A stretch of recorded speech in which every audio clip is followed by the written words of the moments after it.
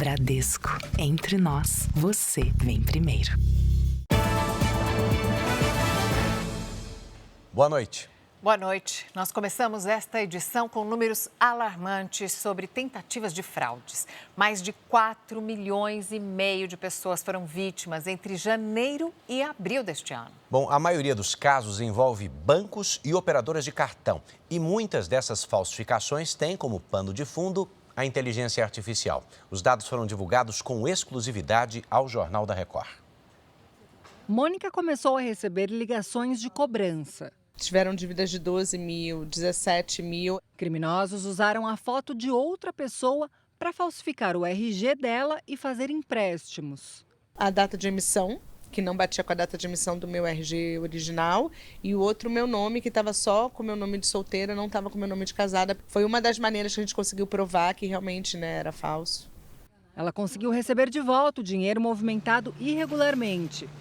Este advogado diz que é importante avisar a instituição financeira sobre a fraude. Procure acessar também o Registrato, que é um site do Banco Central, onde permite verificar quais contas foram abertas em seu nome, os dias que foram abertos, os dias que essas contas foram encerradas. Mais de 4,5 milhões pessoas sofreram tentativas de fraude no Brasil nos primeiros 4 meses do ano. Uma média de uma tentativa de fraude a cada 2,5 segundos. O número é 24,4% maior que o registrado no mesmo período do ano passado. Mais da metade dos ataques teve como alvo bancos e operadoras de cartão. O estado de São Paulo lidera com mais de 1.200.000 casos. Os dados divulgados com exclusividade para o Jornal da Record apontam ainda que jovens de até 25 anos representam 15% das vítimas, com crescimento de 50%. Possivelmente por conta do fato dessa população mais jovem ser uma população mais ansiosa, talvez, uma população ali também que já está iniciando, na vida economicamente ativa. A inconsistência cadastral é a fraude mais comum, quando os dados da vítima são usados para contratar serviços ou fazer compras. Falsificações de documentos e de biometria aparecem em seguida. Em muitos casos, com o uso de inteligência artificial. Restringir fotos em redes sociais, porque até isso pode induzir o fraudador a conseguir fazer alguma fraude utilizando engenharia social com um parente seu para tentar fazer algum tipo de golpe, pedir algum tipo de resgate financeiro. Mesa diretora da Câmara prepara a lista com 60 deputados que podem ser punidos pelo Conselho de Ética. Presidente Lula defende impeachment de parlamentares que ocuparam o Congresso. Itamaraty convoca encarregado da Embaixada dos Estados Unidos para explicar postagens contra o Supremo Tribunal Federal. Ainda sem plano de auxílio, Lula afirma que empresas afetadas pelo tarifaço americano não terão prejuízo. Policiais militares trocam tiros com homens que invadiram prédio na zona sul de São Paulo. Morre no Rio aos 66 anos, um dos maiores nomes do samba, o cantor e compositor Arlindo Cruz.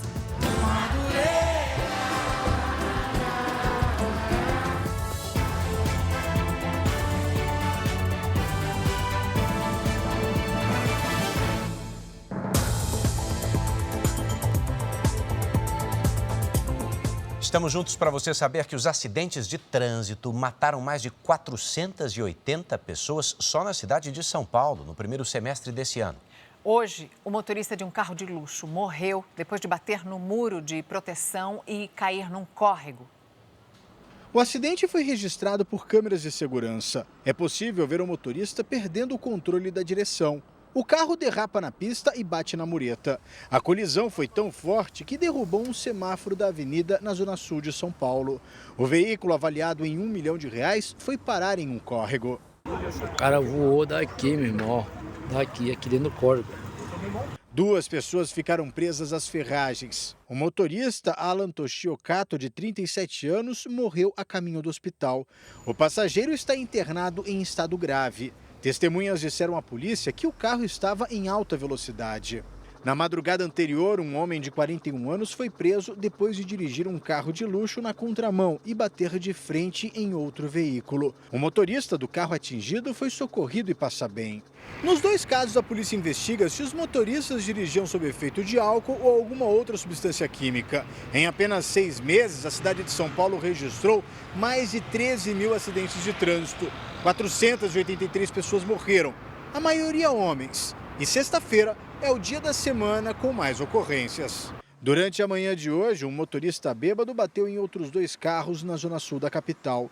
O teste do bafômetro deu positivo e o condutor foi levado à delegacia. Um ex-jogador das categorias de base do Botafogo foi preso depois de atropelar 4 pessoas no Rio de Janeiro. Uma delas morreu no fim da tarde. Outra está internada em estado grave. 7h30 da manhã.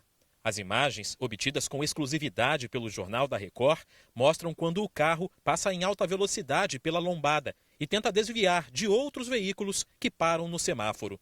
O ângulo da câmera não mostra, mas o acidente acontece neste instante. Quem estava na rua se assusta e corre para ajudar. Ao volante estava Luan Plácido Moreira da Costa, de 21 anos. O jogador atropelou 3 ciclistas e um pedestre que passavam nesta rua em Vargem Pequena, na zona oeste do Rio. As vítimas receberam os primeiros socorros no local e foram levadas para um hospital da região. Era uma cena de terror ali, muito sangue, uma pessoa caída aqui, outra ali. As marcas do acidente dão a ideia do impacto. A roda do carro subiu a calçada e destruiu a lata de lixo.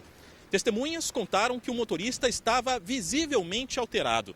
Ele permaneceu no local até a chegada da polícia. Na delegacia, Luan precisou ser algemado e imobilizado após tentar pegar a arma de um policial. Estava muito exaltado, apresentando um quadro psíquico alterado, então chegou aqui já agredindo os policiais, falou um palavrão, agitado, quebrou viatura. Depois de ser medicado, o atleta foi encaminhado para a realização de exames no Instituto Médico Legal. O jogador disse fazer uso de medicamentos controlados e negou o uso de drogas ou bebida alcoólica. Os peritos encontraram alterações no comportamento do jogador, mas ele se recusou a ceder material genético para o exame de alcoolemia e substâncias tóxicas. Com passagens por times do Brasil e dos Estados Unidos, Luan Plácido já atuou em campeonatos sub-20 pelo Botafogo, Rondoniense, Nova Iguaçu e Boa Vista.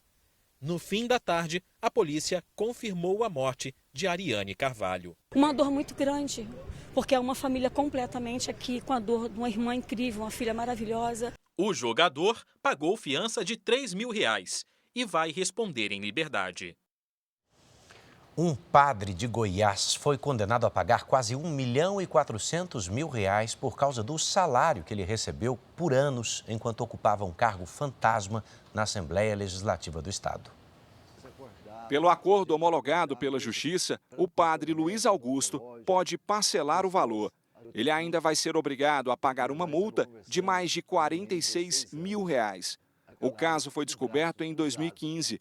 O integrante da Igreja Católica era funcionário fantasma da Assembleia Legislativa de Goiás. Este advogado explica que, assinando o acordo, o padre confirma que recebeu sem trabalhar. Você assume o fato, você reconhece que aquela situação existiu e, por isso, há uma ação. Manifesta o desejo de encerrar aquela questão de uma forma consensual. Haverá um reconhecimento, ainda que indireto, sobre eventual ressarcimento ao erário. Segundo as investigações, o padre foi nomeado servidor da Assembleia Legislativa em 1980. 15 anos depois, ele teria parado de trabalhar, mas continuou recebendo o salário, que em 2015 era de R$11 mil. Depois que o escândalo veio à tona, o padre foi demitido pela presidência da Assembleia, mas conseguiu na Justiça a recondução ao cargo.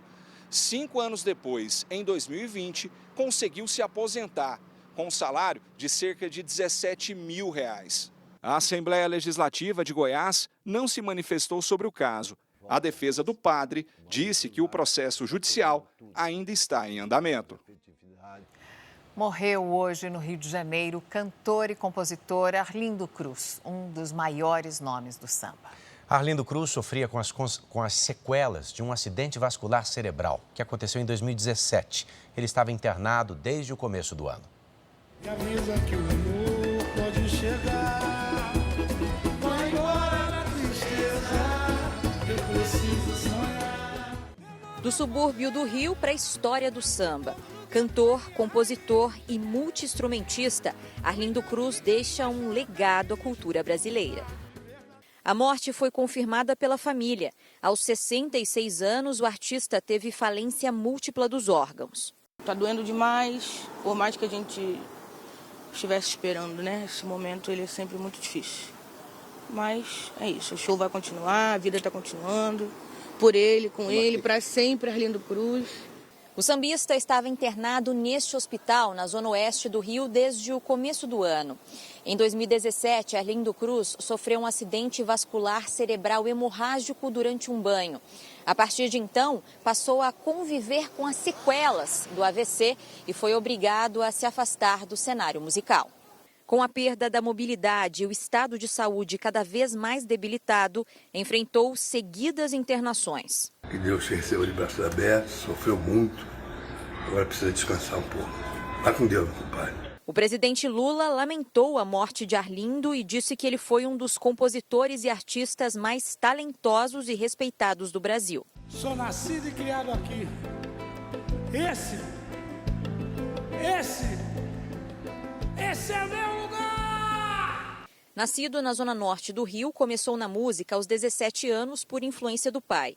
Na década de 1970, participou da roda de samba do bloco Cacique de Ramos, junto com grandes nomes como Jorge Aragão e Bete Carvalho. A partir daí, fez história no grupo Fundo de Quintal e, nos anos 90, decidiu seguir carreira solo. Foram mais de 26 prêmios, 9 álbuns e 795 músicas registradas. A gente vai ficar por aqui cantando seus sambas, cantando sua alegria, sua generosidade, por todo o canto desse país. O filho, Arlindinho, se despediu com uma foto recente ao lado do pai e o agradecimento.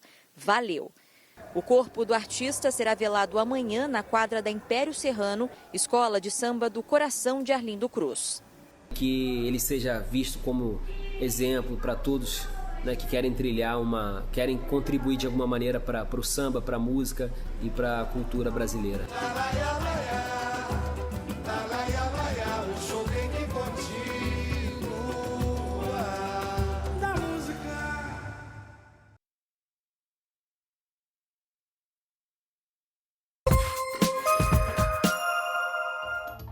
Os responsáveis por balear e roubar a arma de um policial militar em São Paulo foram identificados. Cauã dos Santos atirou no PM, já Gabriel Vieira roubou a arma.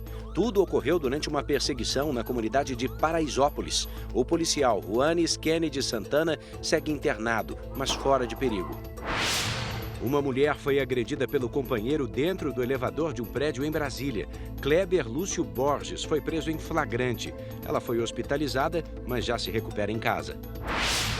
7 garimpeiros foram encontrados mortos num rio na divisa entre Pará e Amapá.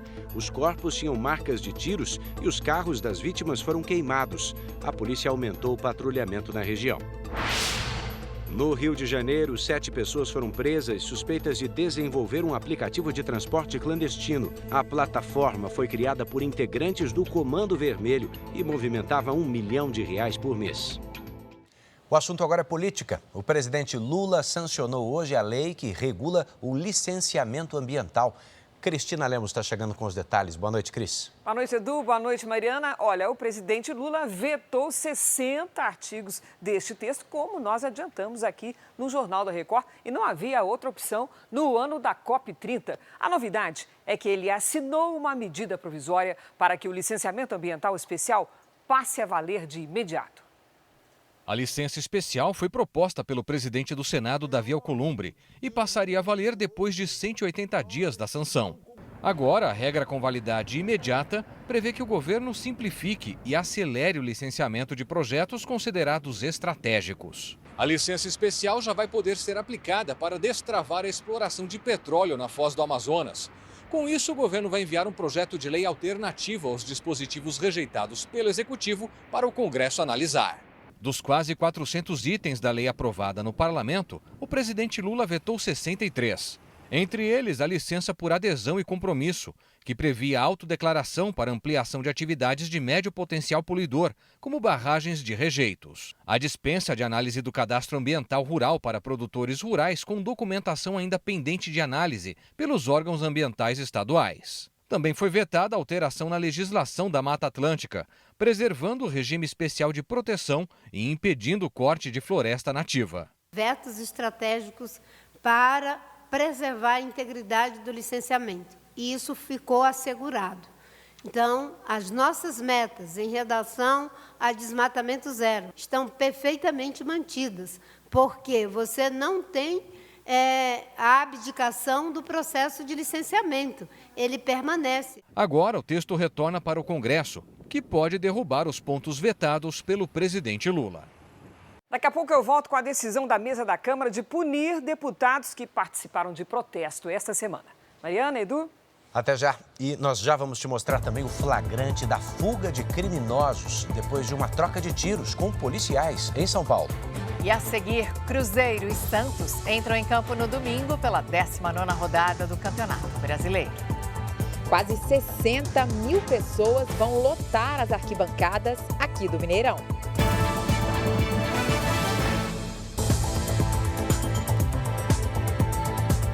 O fim de semana vai marcar o fim do primeiro turno do Brasileirão. E a Record vai transmitir Cruzeiro e Santos no domingo às 6 da tarde. O Bruno Lohans já está aqui com a gente. Boa noite, Bruno. Dois times em situações bastante diferentes, né? Totalmente, né? Boa noite, Mariana. Boa noite, Edu. Boa noite para você que acompanha o JR. Um brigando na parte de cima, o outro tentando escapar da parte de baixo da tabela da classificação do campeonato. Os torcedores do Cruzeiro comemoram a ótima campanha do time no Brasileirão e a classificação na Copa do Brasil. Já para os santistas, a esperança é qual? Neymar, que ele acabou de fazer um golaço no treino e isso animou ainda mais a torcida.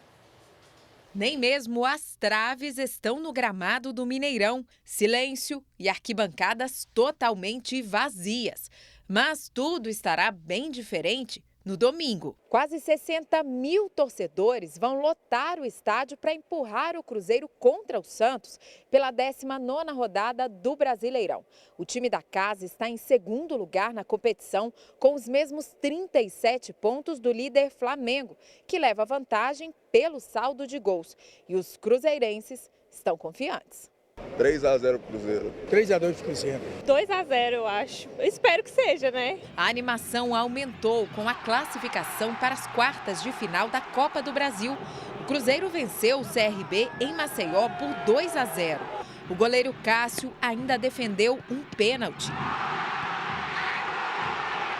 Classificação importante, o time vem numa sequência muito boa, vem com vitórias, mais feliz pela classificação. Acho que desde que eu cheguei no Cruzeiro, meu intuito é tentar ajudar o Cruzeiro a estar brigando por títulos. Já o Santos teve a semana toda para se preparar. Na 15ª posição, com 18 pontos, o time conta com o Neymar para se afastar de vez da zona do rebaixamento. O craque marcou um golaço no treino e mostrou o que pode fazer em campo contra o Cruzeiro. Vamos lá para impor o nosso jogo, sabemos que vai ser fora de casa, com a torcida deles, no campo deles. Mas nada é impossível, vamos lá para fazer um grande jogo e, se Deus quiser, sair com os 3 pontos. Que golaço do Neymar, gol de Neymar, né? O Vasco venceu o CSA de Alagoas e se classificou para a próxima fase da Copa do Brasil. O sorteio dos confrontos das quartas de final será na próxima terça-feira, na sede da CBF, no Rio de Janeiro. Após cruzamento de Piton, a bola sobrou para Ryan, que não desperdiçou. Ryan bateu de longe, o goleiro não defendeu e Felipe Coutinho aproveitou o rebote para fazer o segundo do time carioca. Tietê recebeu dentro da área, se livrou do zagueiro e aumentou a vantagem vascaína para 3-0. Brian diminuiu para o CSA. Final, Vasco 3-1. Os 8 times classificados para as quartas de final da Copa do Brasil são Corinthians, Botafogo, Fluminense, Vasco, Atlético Mineiro, Cruzeiro, Bahia e Atlético Paranaense. E no domingo, a partir das 6 da tarde, a Record, o R7 e o Play Plus transmitem Cruzeiro e Santos, podendo valer a liderança do Campeonato Brasileiro para os mineiros. Vamos ter Neymar por aqui, ou seja, certeza de um jogaço de bola imperdível. Mariana, Edu. Vou querer ver esse gol. Obrigada, Bruno. Veja a seguir. Moradores de áreas urbanas em Mato Grosso do Sul relatam aparições de onças na região. E também, Donald Trump confirma encontro com Vladimir Putin na próxima sexta-feira. Presidente dos Estados Unidos defende uma troca de territórios entre Rússia e Ucrânia para o bem dos dois países.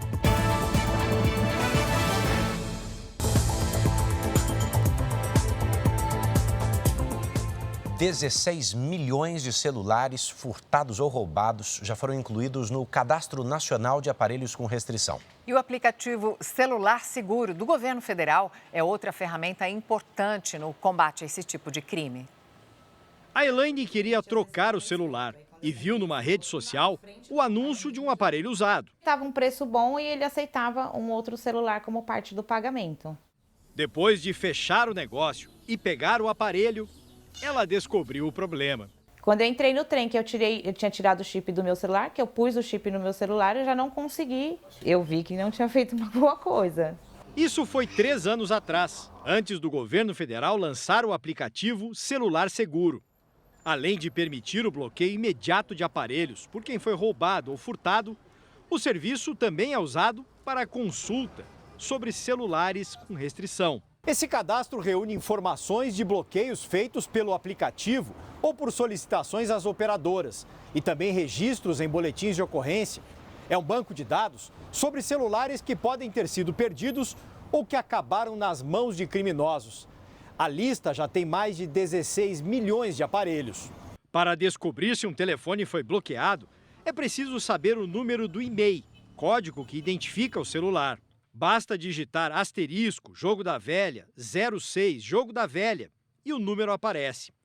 Depois, na tela inicial do aplicativo, é só escolher celulares com restrição, colocar o e-mail e clicar em consultar. Então você tem mais um aliado para aquela pessoa que quer, de boa fé, adquirir um aparelho e não ter algum problema com relação à origem dele. Celulares com restrição recebem uma mensagem de alerta quando é instalado um novo chip. Pessoas que estejam na posse de aparelhos que são oriundos de prática ilícita, elas podem responder pelo crime de estelionato, seja na figura culposa ou dolosa. Há poucos dias, antes de comprar outro celular, a Elaine conferiu se não tinha restrição. Puxei o ID no próprio aparelho, pus o ID lá no aplicativo e aí já apareceu que estava tudo certinho. A Prefeitura de São Paulo enviou para a Câmara um projeto de lei que prevê a bonificação para os guardas municipais que recuperarem motocicletas que tenham sido furtadas ou roubadas. Esse agente ganhará R$1.000 a cada motocicleta encontrada. Carlos teve a moto roubada na Zona Leste, um prejuízo de R$7.000. Pagando o carnê. Eu tive que levar os documentos da moto, a chave da moto que eu tinha uma reserva e o carnê para pagar. É bem traumatizante. Segundo dados da Secretaria da Segurança Pública de São Paulo, de janeiro a junho, mais de 18.000 motos foram roubadas ou furtadas no estado. Na capital foram mais de 7.000. A Guarda Civil passou a ter autorização para fiscalizar os veículos. A Prefeitura de São Paulo enviou um projeto de lei para a Câmara Municipal que prevê uma bonificação aos guardas municipais que apreenderem motos roubadas ou furtadas. Se aprovado, os agentes vão receber R$1.000 para cada veículo recuperado. O prefeito Ricardo Nunes defende um incentivo para que motos irregulares não sejam usadas em outros crimes. Vai ajudar com que a gente tenha o menor número de crimes, o menor número de óbitos. Então a gente tem que ter estratégias para combater a criminalidade e essa estratégia está dentro dos nossos planos. O projeto de lei já foi aprovado em primeiro turno. Se passar em segunda votação, entrará em vigor logo depois da sanção do prefeito. Carlos aprova a bonificação para os guardas municipais. É um incentivo, muito bom, é um incentivo, deixa de ser uma ajuda para a gente, uma segurança a mais, né? A polícia do Paraná procura por 3 homens do interior de São Paulo que desapareceram quando tentavam cobrar uma dívida milionária. Um quarto envolvido que teria contratado o trio também sumiu. A foto tirada na última segunda-feira mostra o momento em que os 3 saíram de São José do Rio Preto, no interior paulista, com destino ao Paraná. Eles rodaram quase 650 quilômetros até a cidade de Caraíma. Segundo a Polícia Civil, lá em Caraíma, os 3 se encontraram com uma 4ª pessoa, identificada como Alencar Gonçalves. E de acordo com as esposas dos desaparecidos, os 3 são especialistas em cobranças de dívidas e foram contratados por ele. Seria apenas uma viagem para o Paraná para tratar da cobrança de uma dívida de aproximadamente R$1 milhão referente a uma fazenda. O encontro foi registrado pelo sistema de monitoramento de uma padaria. Robisley Hernani, Rafael Juliano e Diego Henrique conversam com Alencar Gonçalves, o suposto contratante. O delegado que investiga o caso diz que, depois desse encontro, os 4 seguiram para o distrito de Vila Rica para cobrar um valor referente à venda de um imóvel rural. Eles fazem um primeiro contato ali com esse devedor e, por volta ali do meio-dia de terça-feira, eles já se mantêm incomunicáveis, ninguém mais consegue fazer contato com eles. Por telefone, a mulher de um dos desaparecidos falou da angústia que enfrenta com a falta de informação. O problema maior para a gente é a angústia sem saber o que está acontecendo, sem notícia. Ele não atendia nossas ligações, eles não deu mais retorno, porque até no momento que a gente sabe lá, é bem próximo ao Mato Grosso. Na quinta-feira houve buscas por parte dos cães do Bombeiro Militar, do GHOST, que é o grupo especializado também em busca de pessoas. E os cães indicaram que realmente aquelas pessoas estiveram lá por um período. O presidente Lula viajou hoje à região norte para anunciar investimentos do novo PAC. E a Cristina Lemos volta com os detalhes. Mariana, discurso recheado de recados políticos. Lula defendeu a atuação do ministro Alexandre de Moraes, do Supremo, e pediu o impeachment, não do ministro, mas dos parlamentares que bloquearam os plenários da Câmara e do Senado. Em Rio Branco, o presidente Lula anunciou investimentos de mais de R$1 bilhão no Acre. Quase 871 milhões de reais vão ser aplicados em obras na BR-364, que corta o estado. No discurso, Lula afirmou que vai entrar em contato com a China para que o país asiático retome a compra do frango brasileiro, paralisada por causa da gripe aviária. E defendeu o ministro Alexandre de Moraes, do Supremo Tribunal Federal. Não assine pedido de impeachment do Alexandre de Moraes, porque ele está garantindo a democracia. Quem deveria ter o impeachment são esses deputados e senadores que ficam tentando fazer greve para não permitir que funcione a Câmara e o Senado. Verdadeiros traidores da pátria. O presidente também declarou que as empresas afetadas pelo tarifaço não terão prejuízo. O governo deve anunciar um pacote de medidas de auxílio no início da semana que vem. Em Porto Velho, Lula anunciou a criação do primeiro hospital universitário de Rondônia e assinou a ordem de serviço para a construção de uma ponte binacional entre Brasil e Bolívia. Serão investidos 421 milhões de reais em recursos do novo PAC. E o governo brasileiro enfrenta uma grave crise nas contas públicas, com risco até de colapso. Especialistas acreditam que, no atual ritmo, em pouco tempo, o país não vai ter mais recursos para investimentos e até para manter serviços públicos. As despesas obrigatórias, como os salários e aposentadorias, vão acabar consumindo todo o orçamento. Um país que arrecada muito, mas gasta ainda mais. Segundo especialistas, as contas públicas brasileiras estão à beira do precipício. Pelo crescimento sistemático e veloz das despesas obrigatórias, nós teremos um apagão em 2027.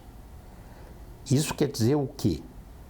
Que só haverá dinheiro, o orçamento será 100% ocupado por despesas como despesas previdenciárias, salário de servidores e direitos dos servidores, Bolsa Família, benefício de prestação continuada, bônus salarial, vinculações da saúde e da educação, precatórios. Mas por que o Brasil caminha para o colapso fiscal se o governo bate recordes de arrecadação? De janeiro a junho deste ano, os impostos somados chegaram a 1 trilhão e 440 bilhões de reais, aumento de 4,4% na comparação com o ano passado. O problema são os gastos que não param de crescer. As despesas obrigatórias consomem mais de 90% de todo o orçamento público e continuam aumentando. E o governo pouco tem feito para acertar a casa. A previsão é de que nos próximos 2 anos o Brasil fique sem recursos para investimentos e até para muitos serviços públicos. Não haverá nenhuma margem de manobra para investimento, ou seja, PAC zero. Investimentos estratégicos não haverá nenhum. Estradas, ferrovias, portos, aeroportos, projetos de irrigação, moradia, saneamento, tudo isso vai estar zerado. E o custeio da máquina, custeio das políticas públicas. Alguns exemplos: munição para as Forças Armadas, gasolina para o IBAMA e para a Polícia Federal, água, luz, telefone para as repartições públicas. Olha, o problema é que o governo gasta muito é com Bolsa Família, que são R$600 por família. Depois ele tem gastos que ele não pode mexer, por exemplo, com funcionalismo público, professor de universidades, médico dos hospitais públicos. O que eu pergunto sempre é aonde cortar.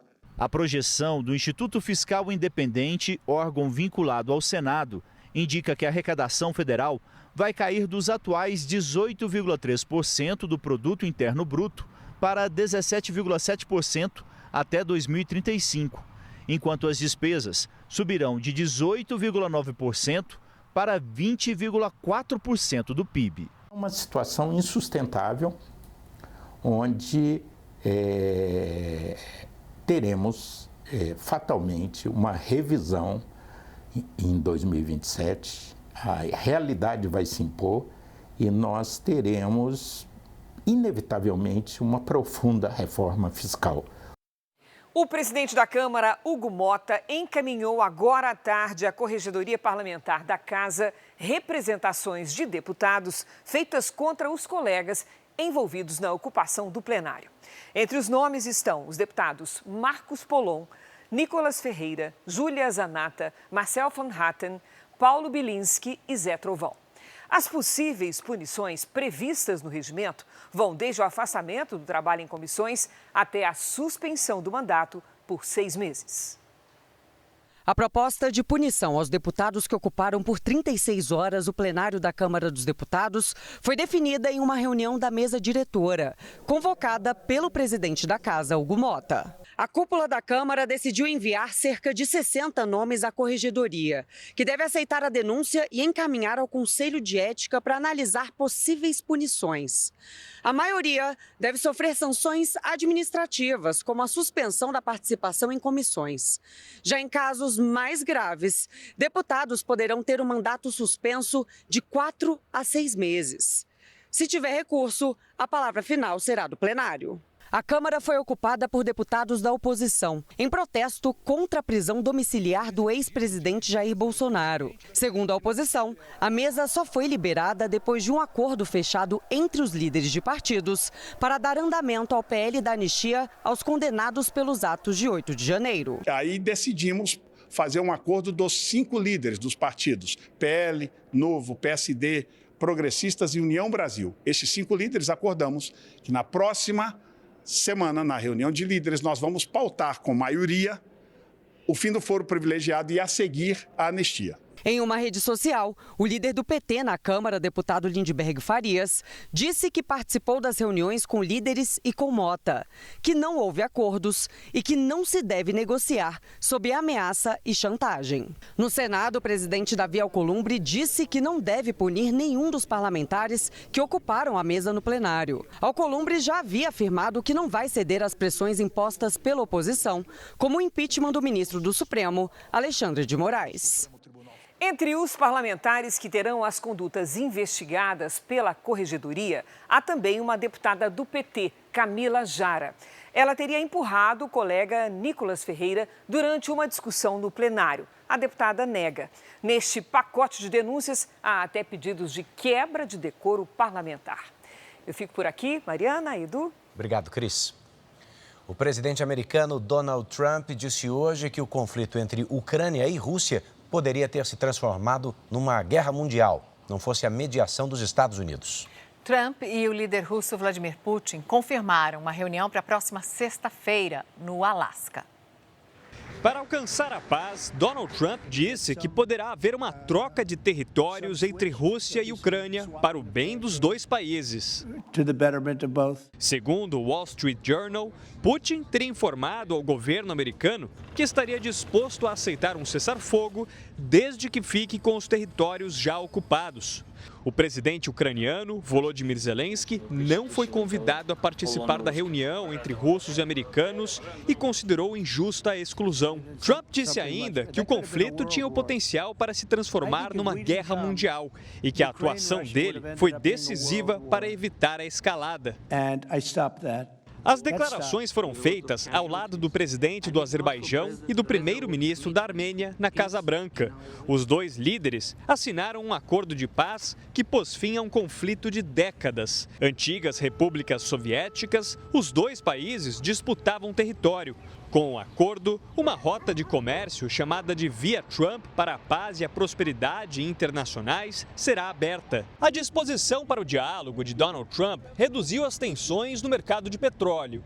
O republicano chegou a anunciar sanções contra a Índia por comprar óleo russo e prometeu aplicar taxas a outros países que negociam com Moscou. São os casos da China e do Brasil. No entanto, em meio às negociações para um encontro com Putin, a Casa Branca não anunciou as novas tarifas. Pelos esforços de paz, Trump também agradeceu ao ter seu nome mencionado para ser um dos candidatos a receber o Prêmio Nobel da Paz. O Ministério das Relações Exteriores convocou hoje o encarregado de negócios da Embaixada dos Estados Unidos no Brasil. Gabriel Escobar foi chamado para dar explicações sobre postagens nas redes sociais do Departamento de Estado e da Embaixada Americana no Brasil. Os textos apresentavam novas críticas a ministros do Supremo Tribunal Federal. No encontro, o embaixador Flávio Goldman afirmou que as manifestações do governo americano representam clara ingerência em assuntos internos e são ameaças inaceitáveis às autoridades brasileiras. Os Estados Unidos devem aplicar tarifas sobre barras de ouro de 1 quilo. A notícia fez o valor do metal chegar a um nível recorde nesta sexta-feira. O país mais afetado é a Suíça, maior exportadora de ouro para os Estados Unidos. Depois da divulgação da medida por jornais americanos, a Casa Branca anunciou que em breve vai esclarecer como as tarifas serão aplicadas. A imprensa americana afirma que o governo dos Estados Unidos planeja uma operação militar contra os cartéis de drogas. O número de soldados ao longo da fronteira com o México vem sendo ampliado desde que Donald Trump reassumiu a presidência. A presença militar na região triplicou desde janeiro para combater a imigração ilegal. Ao menos 7.600 soldados estão distribuídos em 4 bases. Eles se revezam no patrulhamento de mais de 800 quilômetros. Hoje, o jornal The New York Times publicou uma reportagem dizendo que o presidente Donald Trump teria dado uma ordem secreta ao Pentágono para executar ações de combate aos cartéis de drogas.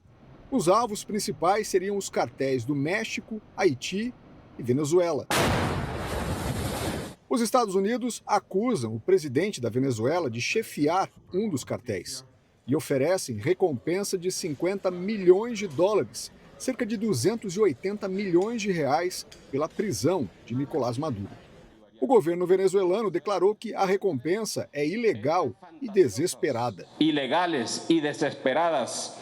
E a presidente do México, Claudia Sheinbaum, disse que não vai haver intervenção militar americana em solo mexicano.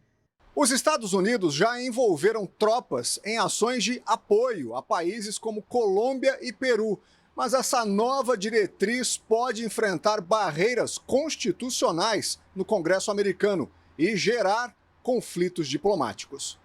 A Casa Branca e o Departamento de Defesa não confirmaram os planos de ação militar contra cartéis. O Gabinete de Segurança de Israel aprovou na madrugada de hoje, horário local, um plano de controle militar na cidade de Gaza. Horas depois da aprovação, tanques de guerra foram vistos na fronteira entre Israel e a faixa de Gaza.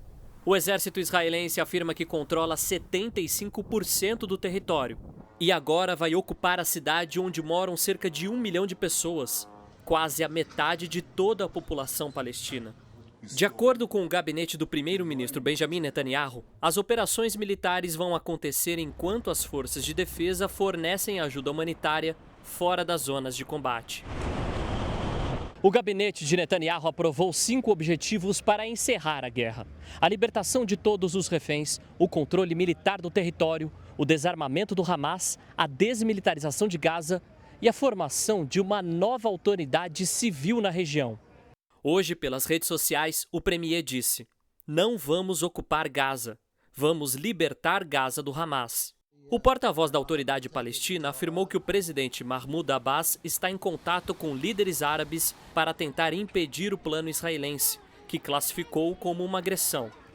A presidente da Comissão Europeia, Ursula von der Leyen, pediu que Israel reconsidere o plano. Já o embaixador dos Estados Unidos em Israel afirmou que o governo americano apoia o direito de Israel de se defender.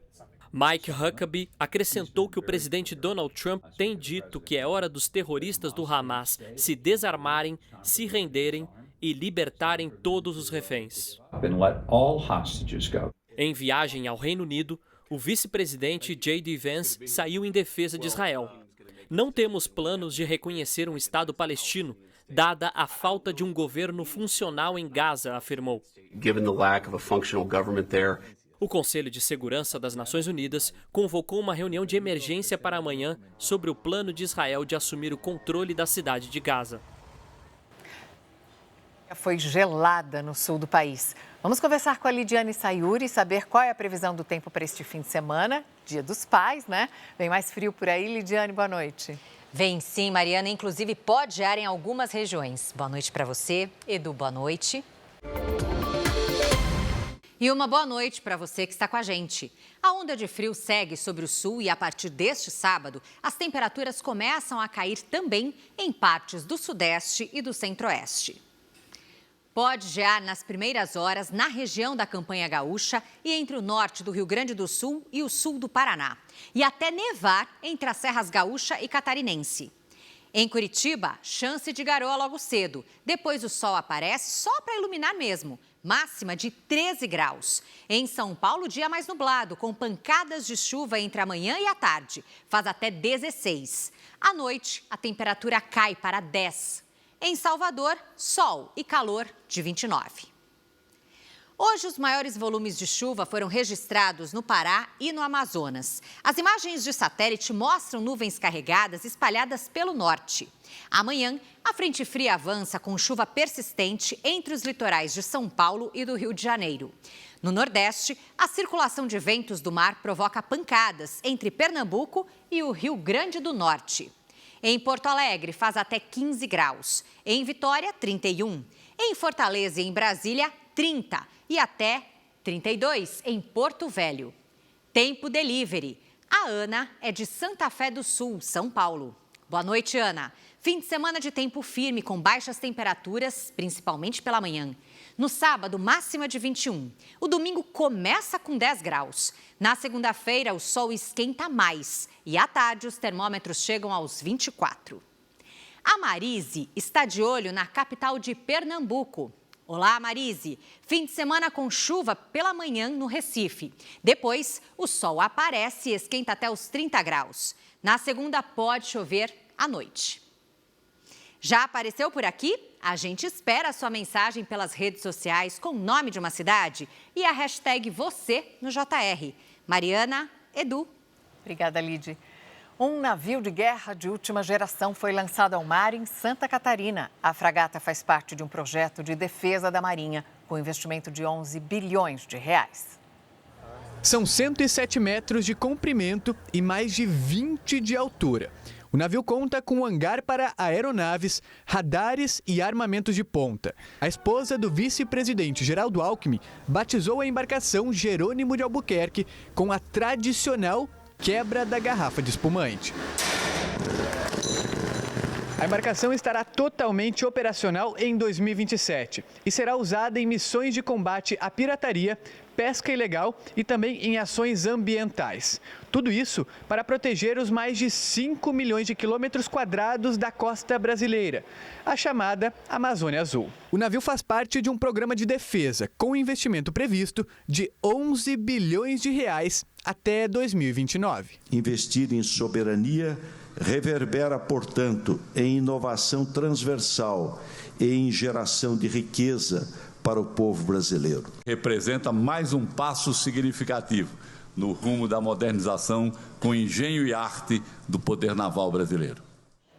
A gente vai agora para o Pantanal, em Mato Grosso do Sul, onde moradores estão preocupados com aparições de onças pintadas em áreas urbanas. Na cidade de Corumbá, um morador disse que ficou com o rosto machucado fugindo de uma onça no quintal da casa dele.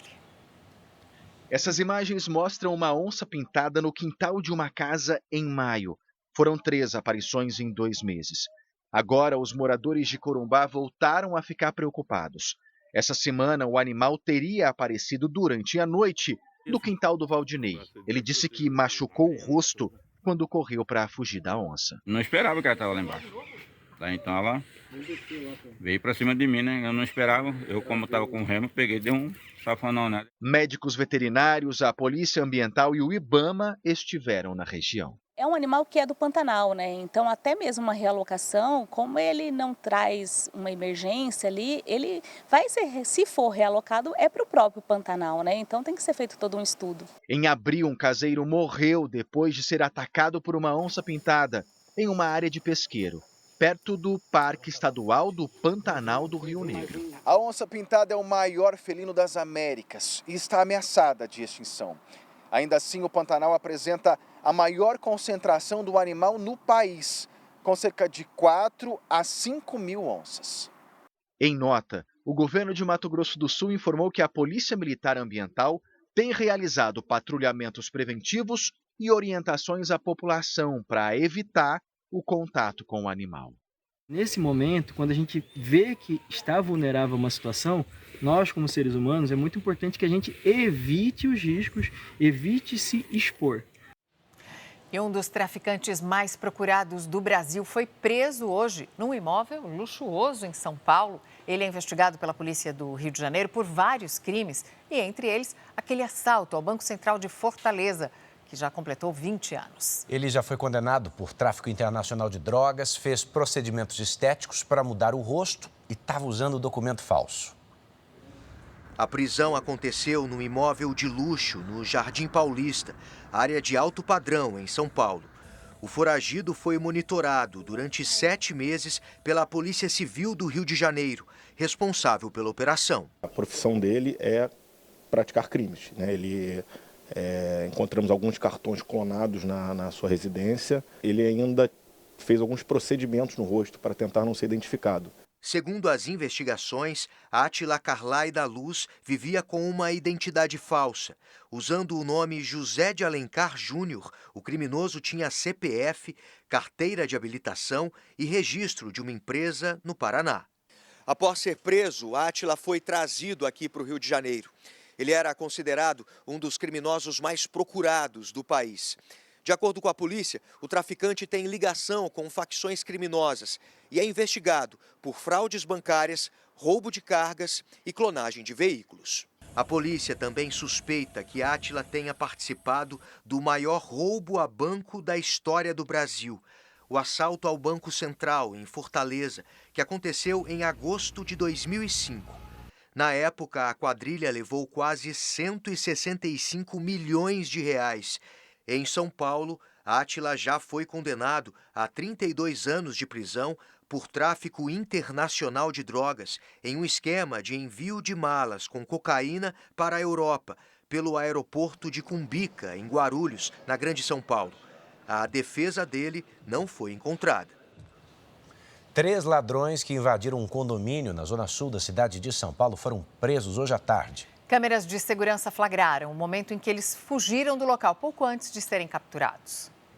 Uma câmera instalada no painel de um carro flagrou o momento em que 2 criminosos fogem do prédio quando a polícia chega. Foi no Paraíso, bairro residencial da Zona Sul.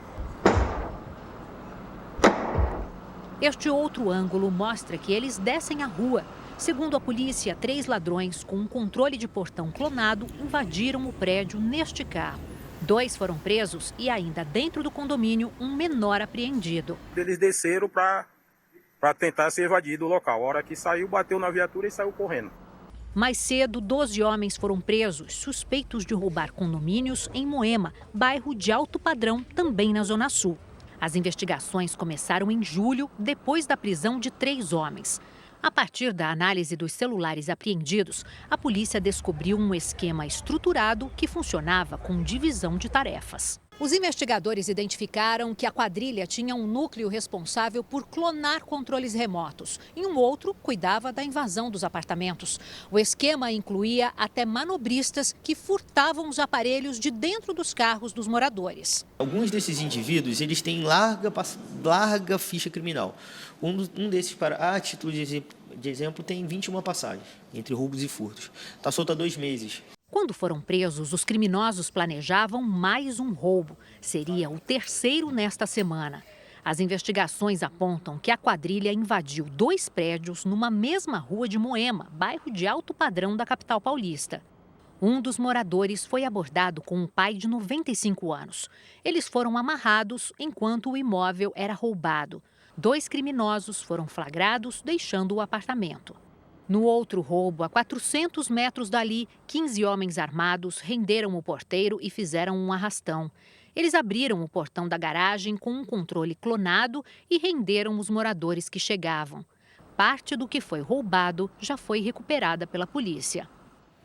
Essas foram as notícias de hoje. À 00:30 tem mais Jornal da Record. Você pode conferir essa edição na íntegra, além da nossa versão em podcast, no Play Plus e em todas as nossas plataformas digitais. A programação da Record está disponível ao vivo e de graça no Play Plus. Você fica agora com Paulo Apóstolo e logo depois de Reis tem episódio inédito de Quilos Mortais. Não perca. Uma boa noite. Bom final de semana, bom Dia dos Pais.